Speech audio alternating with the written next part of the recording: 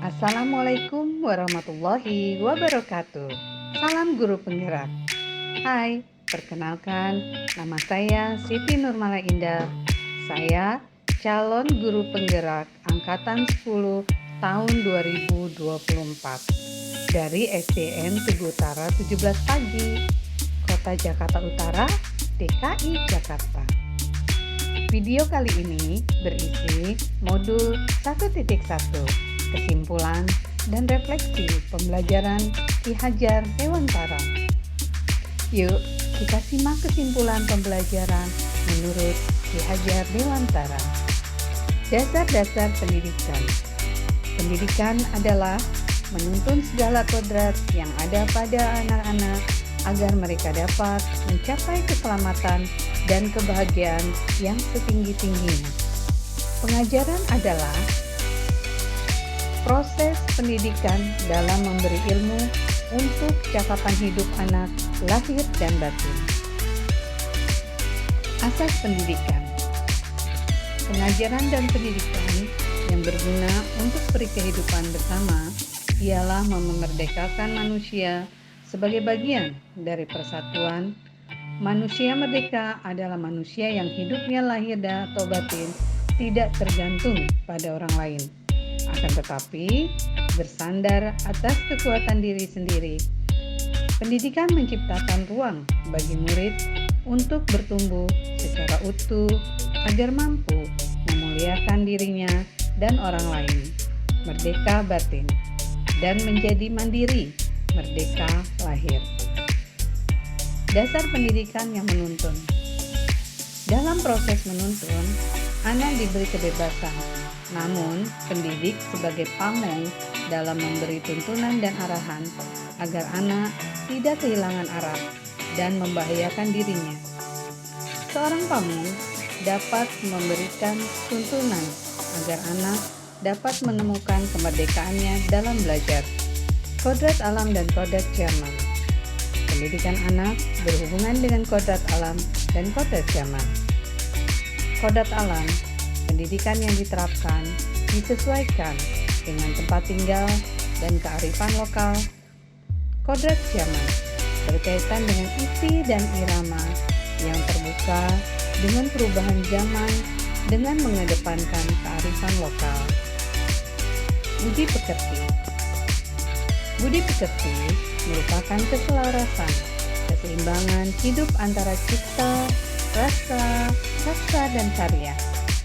Keselarasan hidup anak dilatih melalui pemahaman kesadaran diri yang baik tentang kekuatan dirinya, kemudian dilatih mengelola diri agar mampu memiliki kesadaran sosial bahwa ia tidak hidup sendiri dalam relasi sosialnya. Nah, untuk kesimpulan selanjutnya, ada 3 metode yang bisa dilakukan untuk pendidikan, yaitu pendidikan Montessori, mementingkan pelajaran panca indera. Pendidikan Probel, menonjolkan permainan anak untuk kegembiraan anak. Dan yang terakhir, taman siswa, penggabungan antara Montessori dan Probel. Selanjutnya, setelah saya mempelajari materi dan menarik kesimpulan pembelajaran, ada beberapa pertanyaan pematik. Di antaranya, apa yang Anda percaya tentang murid dan pembelajaran di kelas sebelum mempelajari modul 1.1? Pembelajaran yang saya lakukan hanya mentransfer materi saja kepada murid, karena menurut saya menyelesaikan materi lebih utama dibandingkan memahami karakteristik anak. Selanjutnya, saya mewajibkan semua siswa harus memahami materi, sehingga pembelajaran yang berjalan sebatas kognitif saja dan menjudge siswa yang mendapatkan nilai tidak sesuai KKM berarti dianggap gagal dalam mata pelajaran tersebut. Kemudian, pembelajaran berpusat pada guru, tidak berpihak pada murid, hanya sekedar menjelaskan satu arah tanpa membuka sesi tanya jawab dan memberikan kesempatan kepada siswa untuk berpendapat. Siswa dipaksa harus mengerti terhadap materi yang sedang saya jelaskan. Pertanyaan kedua yaitu, Apa yang berubah dari pemikiran, perilaku Anda setelah mempelajari modul ini? Menerapkan makna Inaso Sungkolodo, Madia Mangunkarso, Tuturi Handayani dalam mendidik. Di depan memberikan contoh, di tengah membangun semangat yang positif, dan di belakang memberi dorongan. Inilah dasar pendidikan dalam mewujudkan peserta didik yang merdeka secara lahir dan batin. Kedua, murid sebagai subjek pembelajaran, artinya murid memiliki kebebasan berekspresi, mengemukakan pendapat, dan berkreasi sesuai dengan metode pembelajaran dan media yang tepat. Ketiga, menuntun anak sesuai kodratnya, menghargai setiap karakteristik yang ada pada murid yang tumbuh sesuai kodratnya. 4. Melaksanakan proses pembelajaran secara menyeluruh, bukan hanya aspek kognitif saja, namun juga aspek lainnya seperti afektif, psikomotor, spiritual, dan sosial, serta budaya.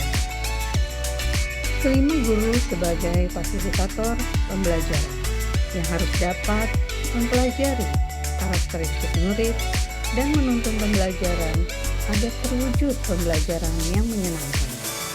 Keenam, memberikan kemerdekaan kepada murid untuk berkreasi, kebebasan mengeksplorasi bakat dan minatnya. Pertanyaan terakhir, apa yang dapat segera Anda terapkan lebih baik agar kelas Anda mencerminkan pemikiran Ki Hajar Dewantara? Pembelajaran yang menyenangkan. Agar pembelajaran tidak monoton dan membosankan, maka diimbangi dengan belajar sambil bermain, yang akan menimbulkan kegembiraan kepada murid yang mampu melatih keterampilan murid untuk berpikir kritis, berimajinasi, dan berkreasi.